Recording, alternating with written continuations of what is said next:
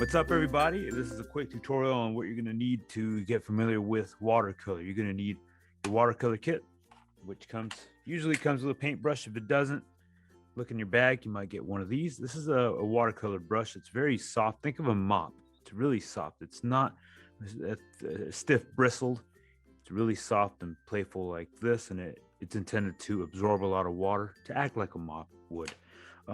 If you have some paintbrushes at home, try to find some equivalent ones that are a little bit bigger. So this is a really soft bristle brush. I think it's camel hair.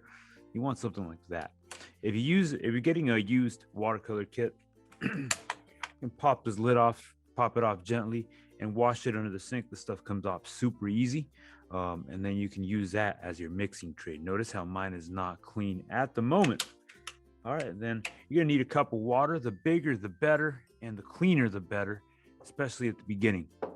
And then if you have it, this is optional. You can use some blue tape or white or off-white masking tape. Highly recommend it. Otherwise, you'll be needing a pencil to draw in your boxes. The other thing you're gonna need is paper towel. I recommend a dry one and a damp paper towel. So notice that if I squish this, it's barely got a little dribble out of it. So you don't need a soaking wet paper towel, just a damp paper towel. And that's in case you get, let's say you're painting something, you accidentally get blue on the paper and you want the paper to remain white. This damp paper towel, you could actually like wipe it right off if it's fresh. If you let it sit longer than a couple seconds, then it may not come off completely, but paper towel can act as an eraser if you catch your mistakes early on. The other thing you're going to need is not this kind of paper. This paper is drawing paper. Let's see if I can get close enough. It's smooth. You feel it. There's no texture to it. This is great for pencil and for charcoal. What you really need is this flattened piece of paper. You got these larger sheets. I think they're 12 by 14 or so, and they have not been curled or rolled up or taped at all. This is watercolor paper. It's hard to see, but there is a texture to it. You feel it. It's a little rougher.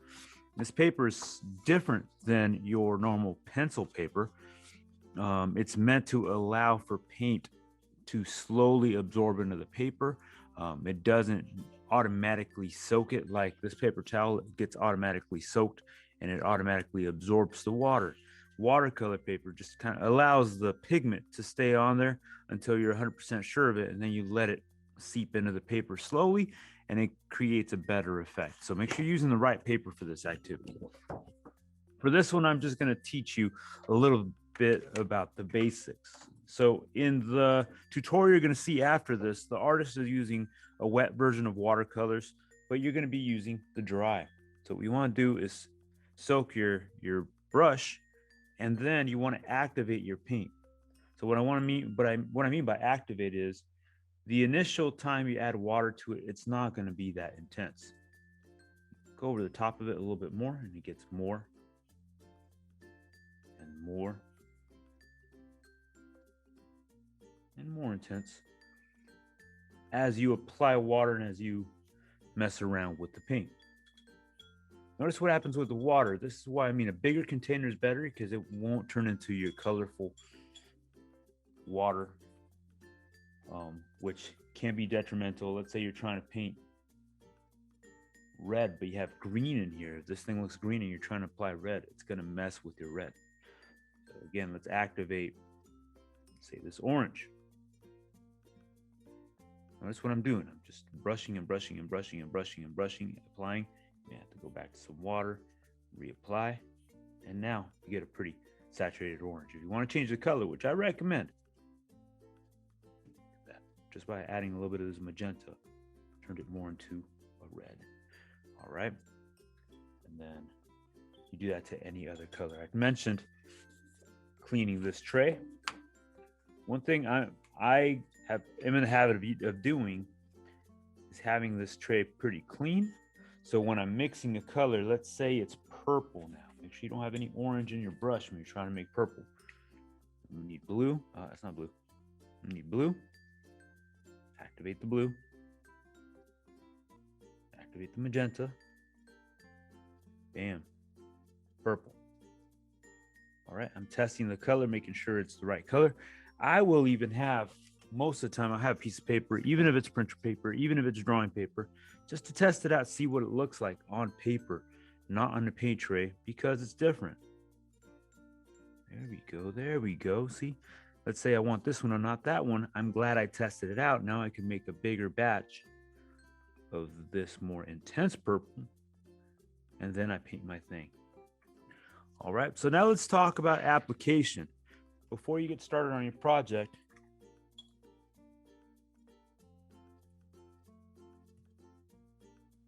went ahead and dumped my water out and got new water. Don't want it to interfere with what I'm doing.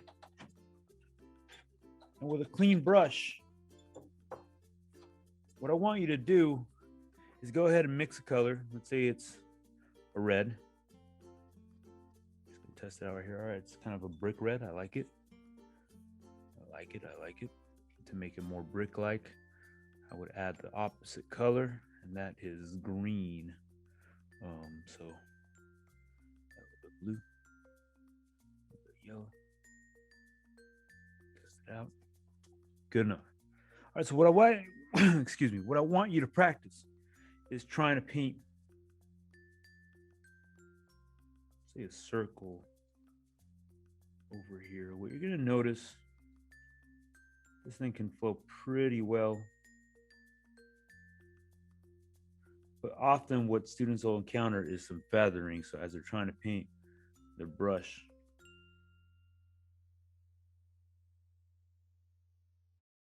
kind of get stuck and kind of flake off like that. And that's fine. But what I want to show you is a technique you're going to be using a lot for the next couple of activities.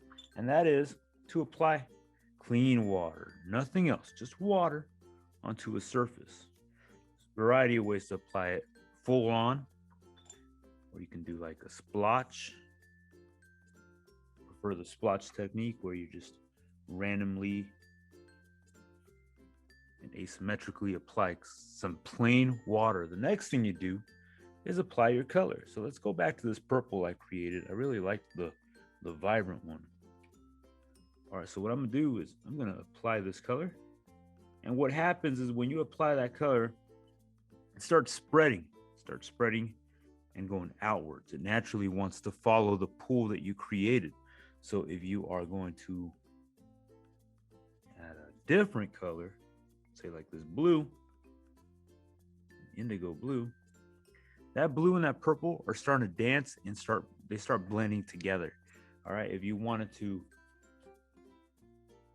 blend a little bit more, you could actually take a dry brush and force a little bit more of that transition, or you could allow it to do it more naturally. So I'm going to add a few little sprinkles of blue to see what happens there. Notice how they're starting to spread. This is what I talk about, getting accidental color on your paper. Bam, disappeared, because I had a wet paper towel, clean wet paper towel near me to wipe off any excess. So if you're gonna want to do that, you got to be ready with some wet paper towel. All right, so the next example is a splotchy effect over here. So I'm gonna mix a new color. I'm gonna mix a yellowish orange. Test it out over here. All right, that's pretty good. Make a little bit more. I'm gonna start applying it. The more I spend time in that color, the more intense it gets. All right, and now I'm gonna go back and add some more fiery orangish color. There you go. Maybe a little less fiery. There you go. All right, so now I'm gonna apply this. See what happens when I apply it. It's too intense time, so I'm gonna add a little bit more water to my brush. Test it out right here.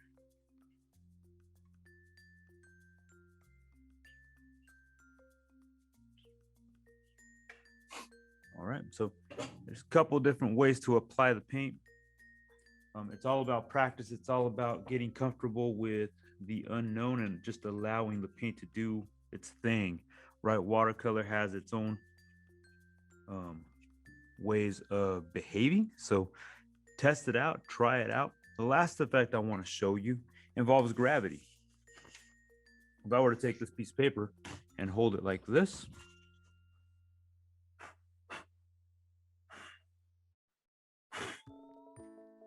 and you get some nice drips, right?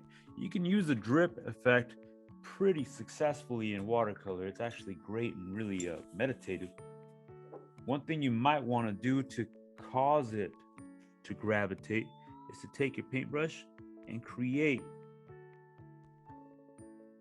typically not with paint, not with any paint on your brush, you can create the path that you want it to take.